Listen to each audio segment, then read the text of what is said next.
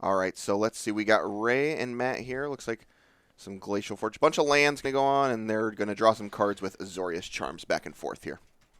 Yeah, pretty critical in the early stages of a control mirror. The first player to miss a land drop can be kind of set behind, forced to act. Really, it can tip the scales of the whole thing. So with cards like Azorius Charm and Cast Out, they have kind of limited utility in what they're doing most of the time, so that they're relatively free to fire off and cycle the earliest that you can. All right, I'm going to ask you about the land choice, the basic land choice art. Who do you favor in this one? I like Ray. They are like land bin lands, but they're matching. Yeah, So there's some thought put in. I he might have appreciate that. snagged them from our draft land station today this morning. You think, or just those are something he really is? That's got to be his I mean, choice. I would. It's just good. It's just good value to take them from the free land bin, right? Yeah, Like you're already playing for your fair share of $10,000. Why not a few free basics might too? as well. All right, so you can see Ray is going to lean on this Castle Vantress to start. Matt notably has a Field of Ruin here, and after Ray activates this Vantress, it looks like Matt's going to go ahead and take the time now to go ahead and field Ray off of that Castle Vantress. Super powerful. Yeah, and it's kind of interesting in the matchup. There are a lot of good utility lands. These decks have multiple copies of both the blue and white castle, and also the Gaia Reach Sanitarium, Yeah. which, when combined with Narset Parter Veils, can actually really lock your opponent out of getting extra meaningful draw steps happening. But Matt's decided that these blue white mirrors don't have a ton of ways. Like if I castle on end step, the opponent doesn't have a ton of ways to punish that tapping out. Yeah. Besides Revelation or Dig Through Time resolving, there's not too much. So you kind of want to nip that in the bud and not too far behind just from the superior card selection your opponent's getting. Yeah, and Ray hits another important card, the Castle Ardenvale, which is another way just kind of, in these draw-go style games to kind of get ahead in the mirrors. So. Yeah, Death by 1,000 is Yeah. kind of the plan that Ray has because, until right now he just has the lead. These 1/1s are going to pile up, and eventually Matt's going to have to act maybe before he wants to, trying to resolve a haymaker like Teferi or whatnot. So Yep. although there might be Supreme Verdicts, floating around the deck list that can deal with the 1/1s eventually, that's critically going to cost Matt a lot of main phase mana. Yeah. So Matt is still keeping up. Both players making land drops, which is important, but you mentioned the Death by 1,000 paper cuts, and Ray looks like he's firmly ahead at this point here. All right, going to come crashing into Matt for 2. Matt down to 17. Ray still at a healthy 20. And then Matt going to use Cast Out to Cycle. Drew a Sphinx's Revelation. Big time card in the matchup.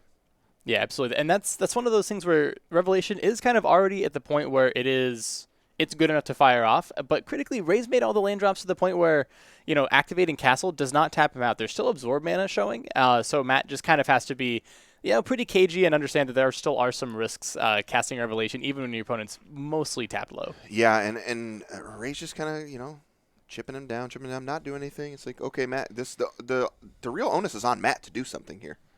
Yeah, it's the life total is shrinking pretty fast, and here we see an end step Dig Through Time. Yeah. We'll see Ray's desire to counter this is going to hinge pretty heavily on how many extra counters he has lying around, and if I see his hand correctly, I actually think there are 0 counter spells, multiple Supreme Verdicts. Oh, wow. Aether Gust, obviously dead card in the matchup, and Big Teferi. So, yeah, this is going to happen, and for Matt's side, though, you don't know that. Dig Through Time isn't necessarily a card that you snap off a counter spell on in this situation, so Matt's still going to have to kind of play around it, even though Ray's hand's actually full of a lot of cards he would probably rather not be drawing in game 1 in the mirror. Yeah. Looks like go ahead and let that resolve. Matt going to go with Opt.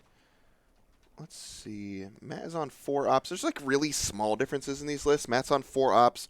Ray's on 3.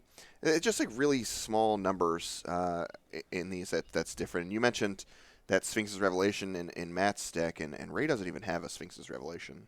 Yeah, and sometimes you see things like small amounts of Search for Escanta floating around these deck lists, and that's a card that could be huge in the mirror. But it looks like both players are choosing to leave that one on the sidelines and play a few more permanents. We see a few extra Planeswalkers. Both players are sitting pretty close to 10 Planeswalkers total, and Cast Out becomes more viable as a removal spell if you're not playing Search. Playing Gotcha. removal spells that don't put themselves in the graveyard is a little bit of dysynergy there, so kind of building with a slightly different structure in mind. Okay. All right, so Matt finds his own Castle Ardenvale. And we'll see if that can start to pull him ahead here. Ray just has, the 4/1/1s and still crashing in. Yeah, I think the difference between quality of relevant cards in the matchup is pretty staggeringly in favor of Matt right now, sitting on 3 counter spells, a Narset, Sphinx's Revelation, and a lot of that's going to be in large part because of the superior cantripping he's been doing. Multiple ops, we've seen that first dig through time fire, and Yeah, Ray hasn't had a chance to resolve any of the digs of his own because he's been prioritizing 1/1s off castle. So yeah. while the pressure's been good, it can be taken away pretty quickly, and he's kind of left with a bunch of unfortunate draw steps in between, that this aren't really yielding him much. So Yeah. we'll see when Matt fires off the sweeper and kind of dissipates all of Ray's board presence. It's funny. Matt actually has he has like triple absorb in hand, and I think Ray has triple dig through time in hand. So it's goes ahead and fires off that supreme verdict. Matt says, you know what, my life total's under duress here. Gonna go ahead and do that. So Matt's got planeswalkers and counter spells in hand basically at this point. So Yeah, I wouldn't be surprised if we'll see. Yeah, Ray's actually kind of pivoting from the prioritizing activating castle to casting dig through time. yeah. Delving enough to still have opportunities for both. But we'll see if he wants to also make a 1/1 because that would leave himself to maybe another dig through time slipping through the cracks for Matt. This is interesting. It's kind of funny to me that these players just are going to go ahead and let these dig through times resolve. I think it's probably fine. You want to hit the haymaker cards like the Teferis and things like that. This one looks like it's setting up to be just one giant counter fight, and someone's going to win, and and that's what's going to be the difference in the game here. Yeah, absolutely. For Matt's side, absorbing a dig through time on the end step is really dangerous. Then you only have the mana for one counter spell, and Ray could do something like Slam it to Fairy, and I just need one counter spell back to make this resolve. So it's just not a risk that Matt can take. And, right now, if all that's going to happen is just the 1/1 beats are going to resume, he can deal with that. The absorbs Yeah. are actually going to do a lot of work in undoing that life loss. I'm looking around and seeing. I was just taking a peek through Matt's deck to see if he has any more answers to that Castle Ardenvale, and he's used that one single Field of Ruin, and that's it. So that thing is here to stay. Yeah, I think the best answer for a Castle Ardenvale is a Castle Ardenvale. Yeah.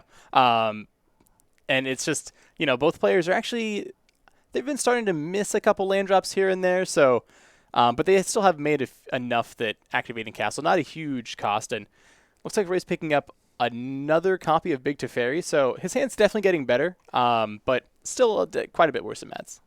So you see Matt going to go ahead and launch a pretty medium-sized Sphinx's Revelation here. This was a standard all-star for a long time when I first started playing the game.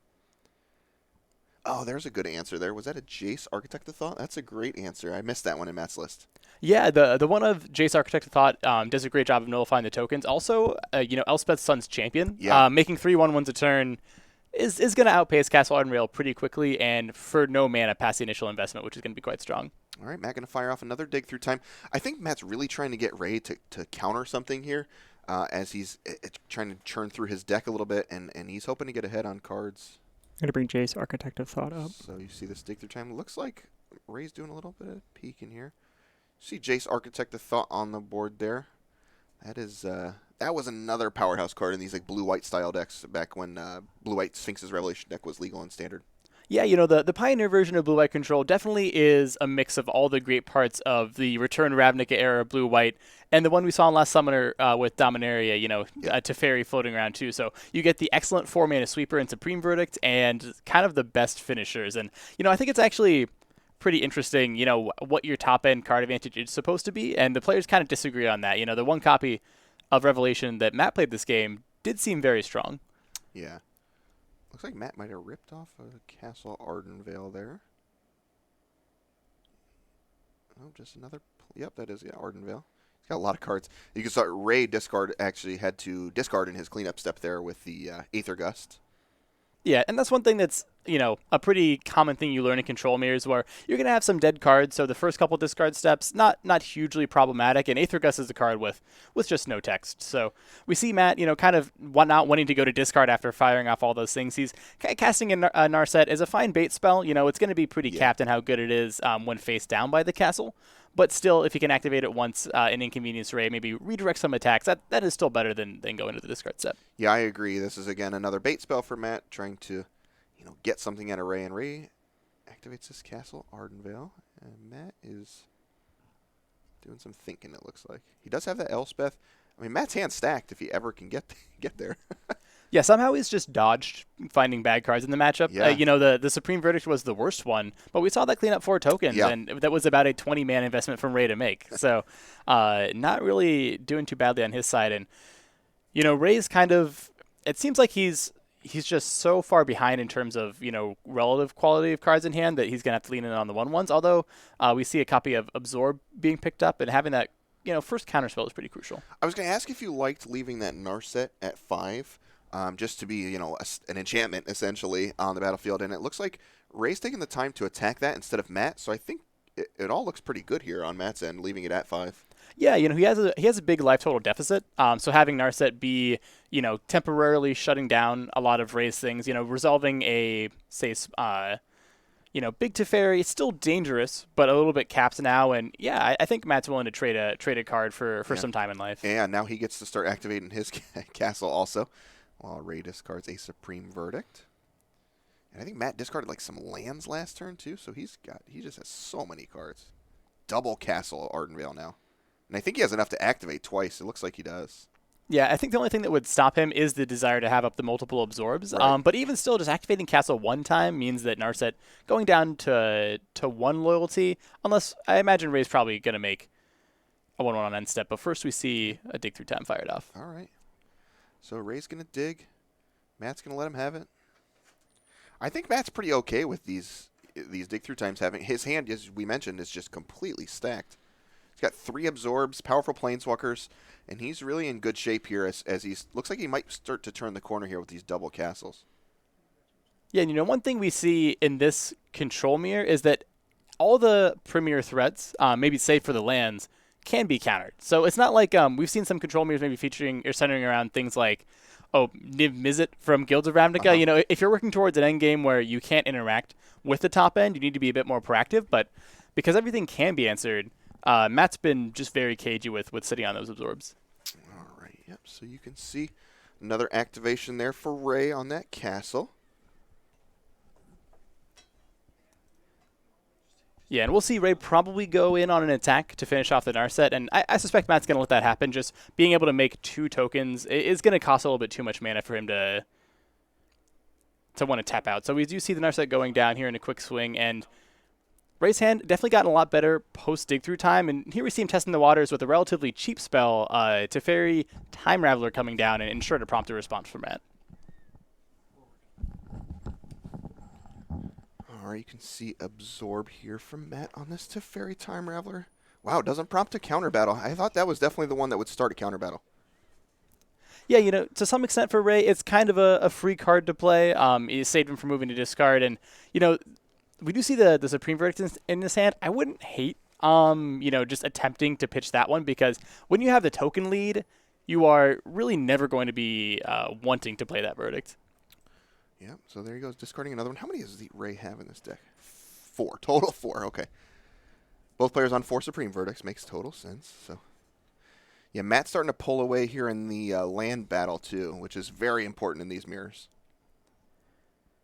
Yeah, he might find himself in a situation where doing something like Elspeth counter is going to be pretty, I think, a pretty successful maneuver if Ray taps out for one of his more expensive main phase threats, something like Big Teferi. This is funny. It's just they're just crashing into each other every turn. I'd be really surprised if Matt does anything other than just activating Castle twice, until Ray makes him do something. So another Absorb looks like from Matt. Second Teferi down. There's 3 in Ray's list, so that's 2 really big cards down already here.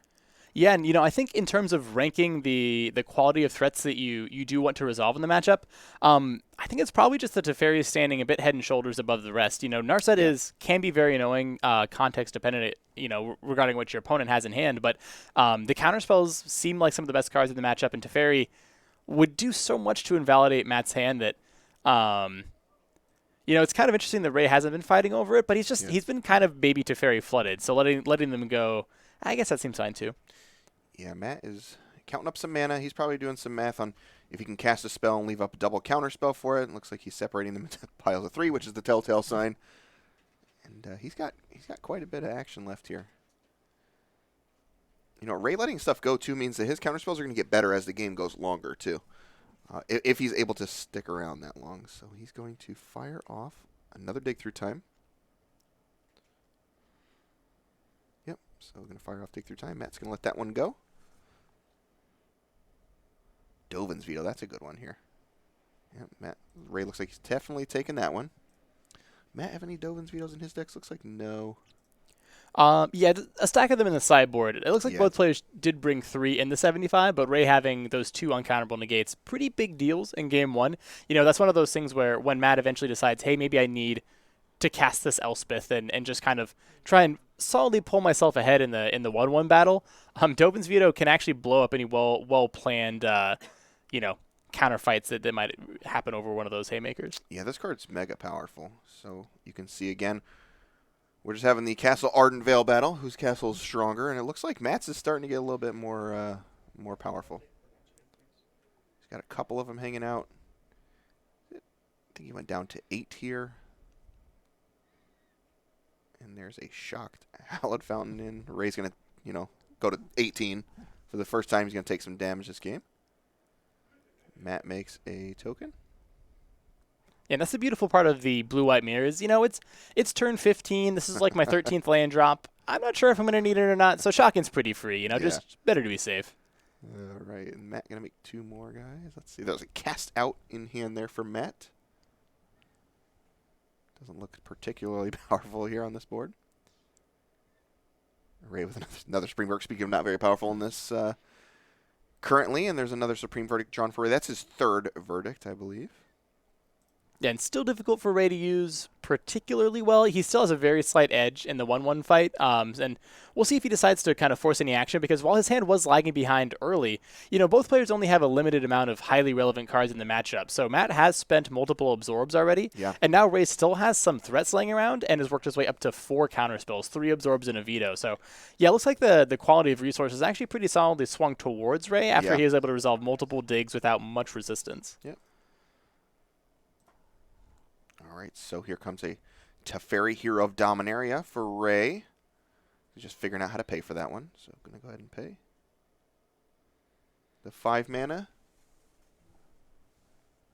So the 5 lands are tapped off the screen there, so we'll get that so we can see everything going on. I know the battlefield's a little bit cluttered. You got a million lands going on, so Matt going to go ahead and use an Absorb. Ray absorbing back. And Ray has that Dovin's Veto hanging out to make sure this Teferi resolves, which I think is pretty big. Yeah, Ray gets to cast that first counterspell with the luxury of knowing he has a mana available for 2 more. Yep. And, once Teferi does resolve, it is a 5-mana sorcery speed play, but the strength of the card is the rebate you get once you do resolve him. So Ray's going to go to end step, untap up to 8 mana, and then have all the flexibility to cast multiple counterspells, a counterspell and a castle. And, this is the big turning point that, you can see Ray deciding to shift posture. These tokens are staying back on defense because Teferi is the plan now. Yeah. And Matt going to make 2 tokens, it looks like here. Yep. Go up to 4.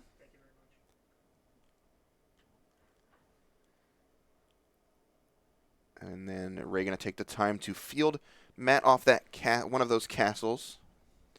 So both players now just have 1 Castle Ardenvale left. And Ray has that available to him if he chooses. All right, so Ray left with 6 mana available. He's got double absorb, as you mentioned, and now he's got Dovin's Veto. It's definitely shifted, partner. Yeah, and one thing we saw very early in the game was Matt cycling multiple copies of Cast Out, which there aren't that many ways to hit a Planeswalker once it's on the battlefield. Yeah. And Matt is playing kind of the necessary bait spell to fairies, is kind of have to force out a counterspell, and the thing for Matt is if he has relevant threat plus a counterspell of his own, that's just going to get destroyed by the Dovin's Veto sitting in Ray's hand. Yeah, and it looks like he's set up to try and double spell here, and he's pulled us Elspeth, Sun's Champion, to the front of his hand. Looks like he might be firing it off. There's 4 mana. Could be that Jace. There's 5 mana. Gotcha. So, Teferi of his own. Yeah, this is going to be quite the battle here for this. And, both players are going to run low on resources in this the Teferi, Hero of Dominaria that's on the Ray's side of the table. He's going to start to catch him back up on cards, just raw cards. So, Matt trying to make him fight here. Yeah, and Ray's thinking to himself, what's the worst that can happen if I let this one go? And we actually do see the Teferi slip in. Ray must have Okay. been a little bit afraid of, say, a follow-up Elspeth or whatnot, and now it has an interesting choice. I think it's, in a spot like this, you tend to want to tuck your opponent's Teferi, because if you don't, they can just do the same to you. Right. So Matt's going to ask himself, is a random card better, or would he just rather, get this Planeswalker off the battlefield for a bit, give myself an opportunity to potentially counter it in 2 turns? Yeah, I kind of like this play here. He's going to go ahead and use that minus ability and put Teferi 3 cards deep into Ray's deck. And, the reason I think Ray's okay with this play is, if I'm correct, he has another copy of Big Teferi in his hand, so he can let that first one kind of get tucked. The last one resolved, so there's a very solid chance that he'll be able to force this next one through as well. And even with Opt, he can bottom a card, draw, and have that same Teferi in his hand, too, if all else fails. Yeah, he actually took that one. It looked like another Field of Ruin, which is pretty important here. Yeah, it's actually pretty... it looks pretty minor, but a second copy of Field to kill utility lands is another very good engine in Game 1 for the Mirror. Yeah. All right, you see Elspeth Sun's Champion to play here for Ray. And that one resolved real quick. All right. 3 soldiers for Ray.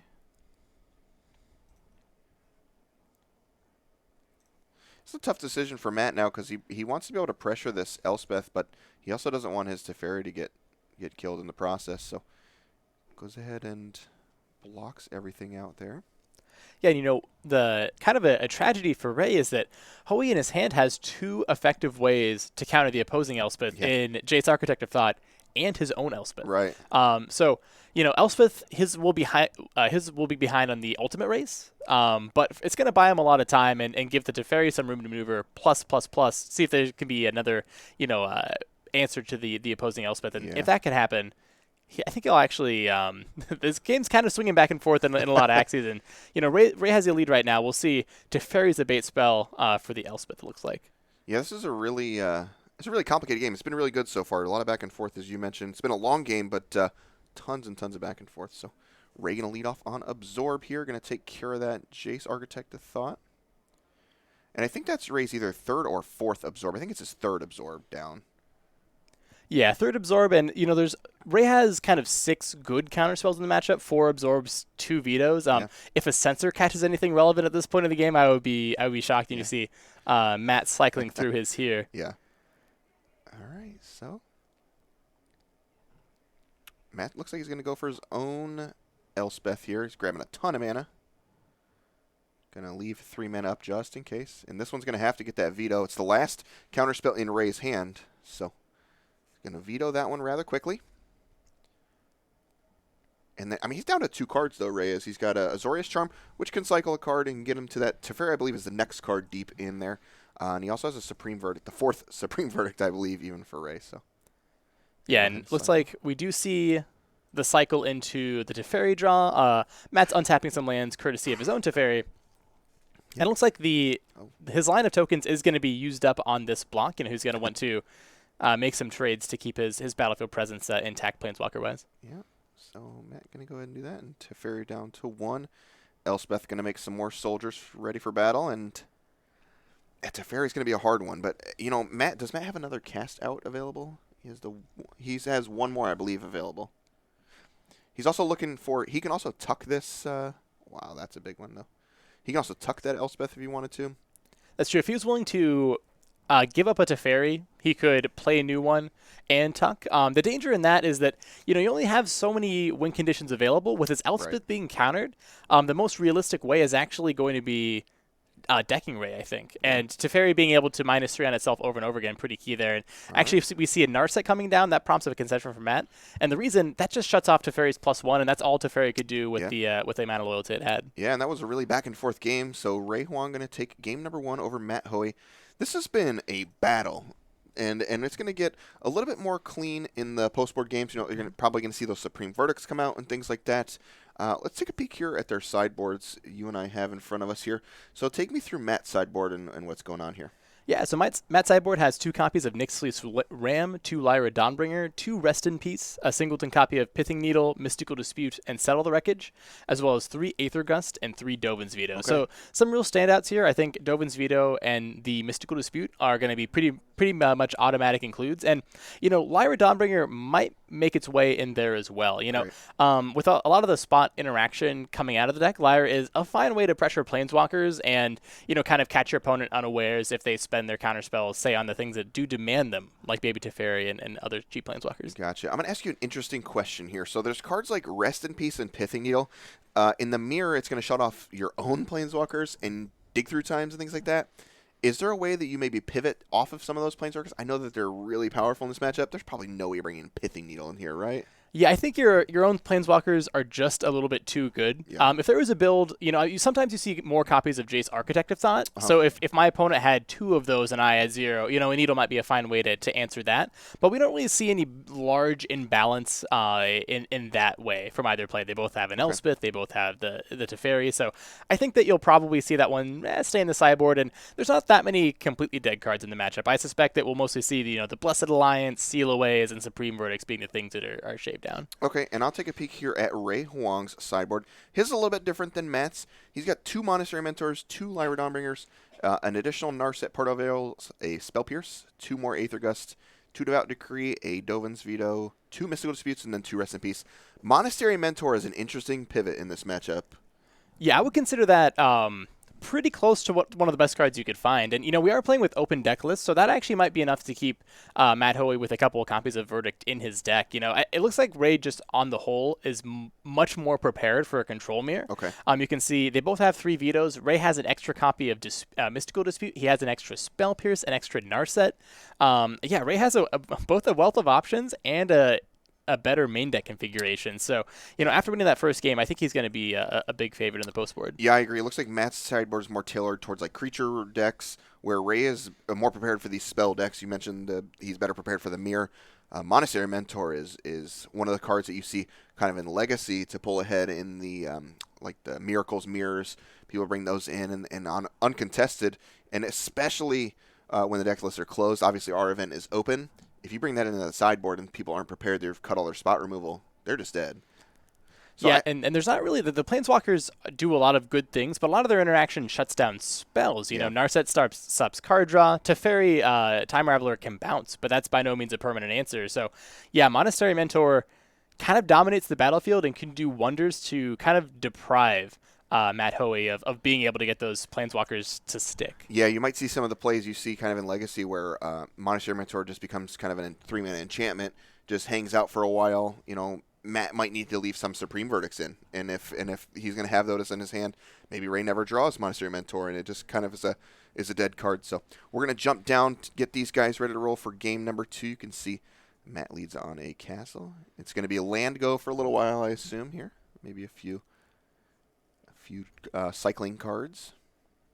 And, I think that's actually one interesting thing you might see is the Monastery Mentor just never attack out of fear of Azorius Charm. Because that's the card that's still probably going to be in the main decks. It cycles and makes dig cheaper. So, yeah, we'll see, what kind of maneuvering Ray does with that if he's able to resolve a Mentor. It's really funny. They just, cycle cards back and forth for a little bit here, try and make land drops early and get in one big counter war. So. Yeah, a little bit of classic, no rush till turn 7, turn 10. Let's just sit here, make some land drops, and it's a gentleman's game. That's A it. little bit of land go. All right, Matt finds the kind of the breaker of this land go style, which we saw Ray do in game 1 with that Castle Ardent Veil, and that's super important, especially on the 5th turn. That's Matt's land drop. Yeah, and Matt doesn't have just White Castle; he has Castle Vantress too. Yeah. So he actually has all sorts of options from the get-go in terms of how he wants to leverage using his mana. Yeah, I actually think that it's interesting. Scrying loses a lot of value in the post-board games just because your density of dead cards has dropped by so much. But it looks like Matt decides he just wants to get on the battlefield, have some extra power laying around to kind of chip away at any planeswalkers that might resolve. Yeah, you see, Matt actually picks up a copy of Supreme Verdict, which we mentioned would kind of be the early cuts, but he has to keep some in because for fear of Monastery Mentor, and Ray going to lead off on a dig through time here. He's pretty short on blue mana, actually. He only has 2 blue sources here. Yeah, only 2 blue sources is a pretty significant crimp. And let's see, a lot of pretty strong-looking cards. Ray actually has the ability to pick up a Field of Ruin here. Yeah, that's a big one. Not only does it fix his mana, it's also going to hurt Matt's primary game plan currently, which is that Castle Ardenvale. Yeah, and interesting to see how Ray delved that dig through time. To me, that says, I have a cast out that I might want to cycle, might not. I like Yep. to give myself some options. I can't really think of too many other reasons, and it looks like he decides not to do that. Let's see, did he actually? Okay, so the field did get picked up here, and looks like there's not a ton of extra lands though hanging out in Ray's hand. Yeah, there's no extra lands. He's played his 2 colorless sources already. Oddly enough, Matt actually has another Castle Ardenvale in hand, so he's got Ray's going to be a little disappointed if he does go to blow this up. He does want to fix his own mana and give himself a blue source here, though, so I assume this castle is going to get blown up. Yeah, you lose the ability to represent multiple counterspell. Well, actually, not really, because one of them is Mystical Dispute. Yeah, you have all the mana you need, even post-field. And that's the beauty of those one-mana counterspells, just the flexibility and, looking like you're tapped low, but still having the ability to multi-spell back. Yeah, I was chatting earlier, I believe yesterday, how I thought Dispel is a card that's just seeing almost no play in this format, and I think that's actually a pretty decent one right now, especially if you assume Blue-White's going to be one of the more represented decks in the field.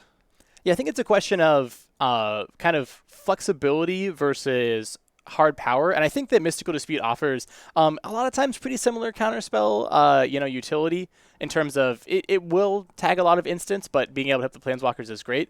That being said, if you are fighting a counterspell battle, Dispel it's kind of king. It's hard to trump that. And here we actually see Ray pick up both a extra blue source and Monastery Mentor with multiple counterspells in hand. So we'll see. He's actually pretty strong debating going for it. Yeah, this one's going to be one of those big battles on the stack here. So Ray going to tap all his white sources there instead of just those. He's going to need those blue sources for a counter battle.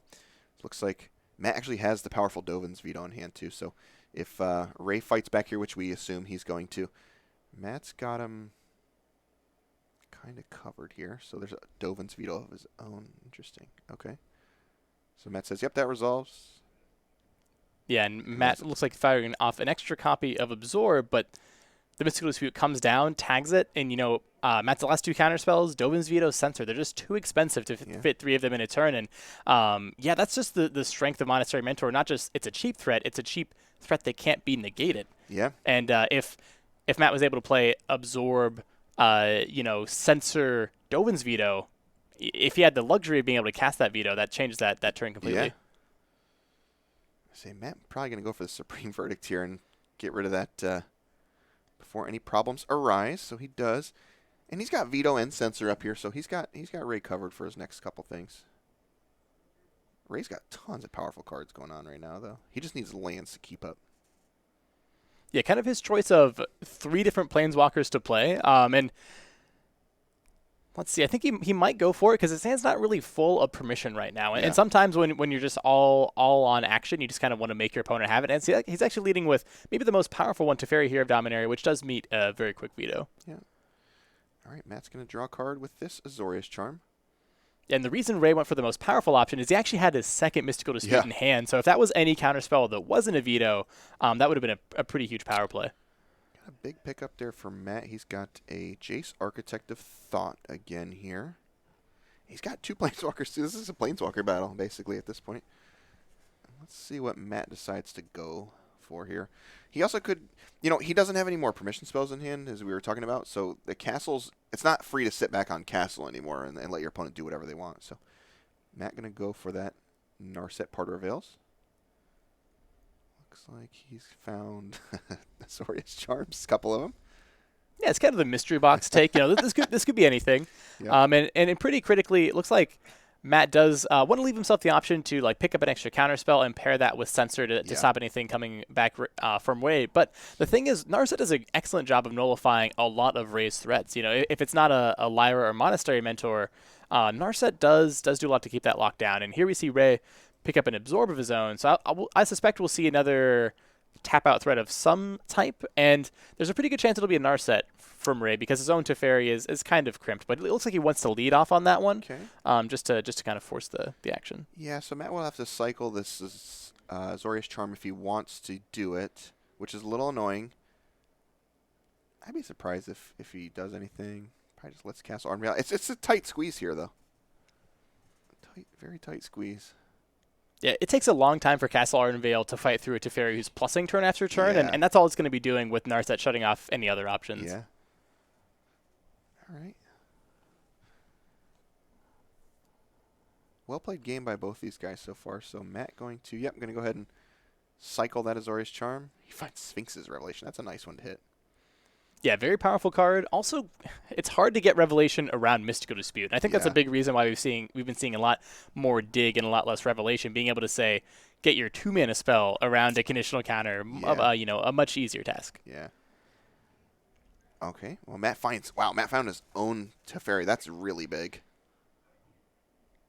And then another counterspell available off of this Narset minus. So he is finding a lot of action, a lot of relevant cards. Looks like he actually wants an easier to resolve card advantage tool, not really counting on the Revelation to hit, going for the much cheaper Dig instead. Yeah, Teferi being on the board might be one of the considerations why he left that counterspell, in the back pocket, I guess.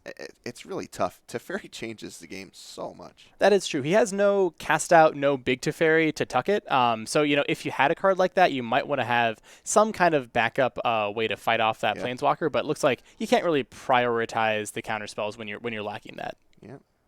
And Matt gonna go ahead and cast Dig Through Time. Again, notably has to do this on his main phase if he wants to because of the Teferi on the other end of the table. Yeah, it looks like we see Big Teferi plus... missed the second card that he grabbed there. I couldn't catch the second one there. I thought it was another land, but I could be wrong. Yeah, it's a Gyre Sanitarium. Ooh, so it looks like Matt actually has the Narset combo lock, going. Yeah, it's going to take a while because Ray has a lot of cards in his hand to churn through, but that can actually be a pretty brutal and uncounterable tool in these mirrors. Did you ever see the other version where they played the Time Twister, the commit memory with that? Have you ever seen that? I've seen that floating around. Yeah, I think that something. Magic players have almost, I think, gotten to every way you can Narset lock people at this point. And we see Mystical Dispute tagging Teferi, and now, Ray has kind of a turn to do his worst. Matt's done a great job picking up extra cards to work with, and here we see Ray responding with an Narset of his own. Let's see if that can yield another Haymaker. Big Teferi, Elspeth both look very good right now if you could find them. Yeah, he's got those. Man, it's so tough to not take the Teferi, or the Elspeth, excuse me. Yeah, he can't cast it this turn, which is pretty critical, but I think it's likely for him to be able to untap with his Time Raveler in play and force that resolution through next turn. Yeah. All right, so. Yeah, is Matt going to go for this? Oh, he found a big Teferi. That's critical. Wow, that's a really good draw there from Matt. So now he's got a lot of options again. Let's see what happens. Yeah, I actually think it would not surprise me to see the Hero of Dominaria not tuck Time Raveler. Matt Hoey doesn't have any counter spells, any permission in his hand, so it doesn't actually do him that many favors to remove the Teferi. But that being said, Narset being on 3 means that a plus... Well, that's just an untap. Yeah. So, plussing basically allows a Castle Vantress Scry, which isn't huge, or what I think is a maybe more likely thing to turn to is a Castle Ardenvale activation. And maybe, let's see, maybe Matt even decides to tap out fully to resolve this Architect of Thought this turn too. Yeah, he could. He has another land here for the castle. Again, you mentioned it's really tough to kill Teferi this way. So... All right, so actually Matt's going to go for this Jace. And then, Ray's going to go ahead and cast out that Teferi. Yeah, take an opportunity to tag it before it can downtick on anything. Kind of unfortunate for Matt that he wasn't able to. You can kind of see him shaking his head, I wish I had the ability to remove something. And it looks like Elspeth is clear for takeoff, although, again, really limited by the Jace +1. Yeah, there's just not, there's 5 Planeswalkers on the battlefield, but all of them kind of just negating each other. It's very strange. Yeah, and one thing that we haven't talked about for a while is actually how both players have Narset Sanitarium available, and neither of them have actually gone to it yet. But I think we're going to see it any time now because Ray's out of cards. He doesn't have that much more to do with his mana. And let's see, does the Sanitarium, is it available? Is it 2? I believe it's 3. 3, so it looks like he... Won't be able to get it this turn. We'll take a look at that card. 2 and a tap, wow. 2 and a tap, yeah. So it looks like he's going to be able to pick off a card from Matt Hoey's hand. And, one thing is if both players aren't really able to develop more action and are just using their Planeswalkers, eventually Elspeth will power through the Jace +1. Yep. And we'll see Ray do the trick here to get both players to draw and discard.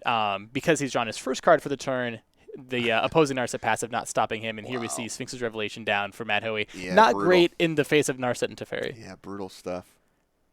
So Matt, this is a really tough game to navigate. He's gonna play that in Narset Porter Veils. Yep, one of the few ways to get new looks at cards, while circumventing the opposing Narset. A lot of counter spells there.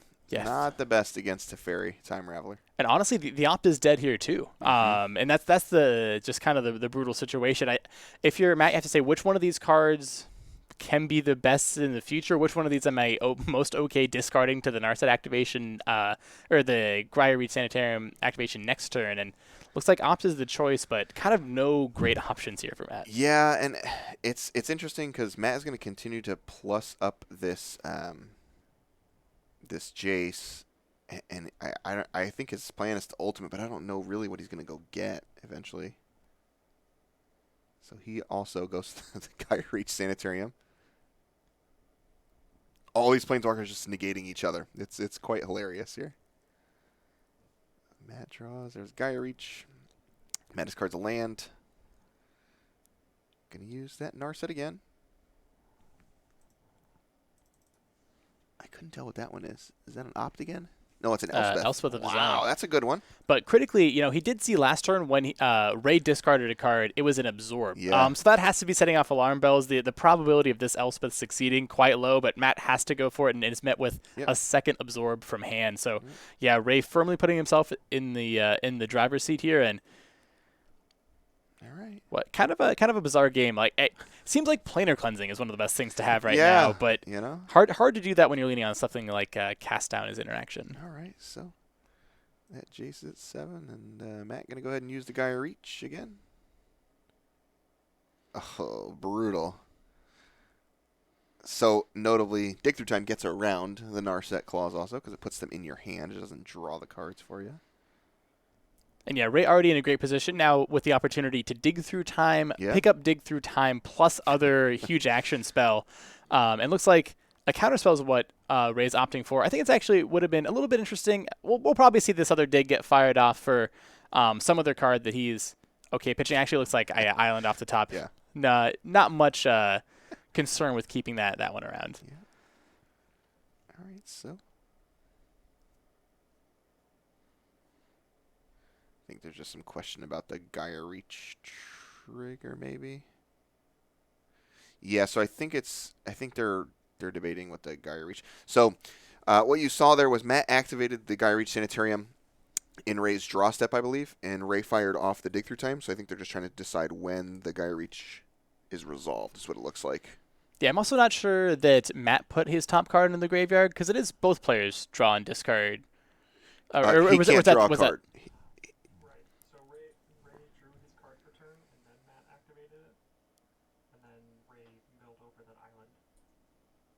Right, because Matt can't draw a card because of the. Well, he can draw his first one on Ray's turn, as well. Okay. Yeah, so he has a.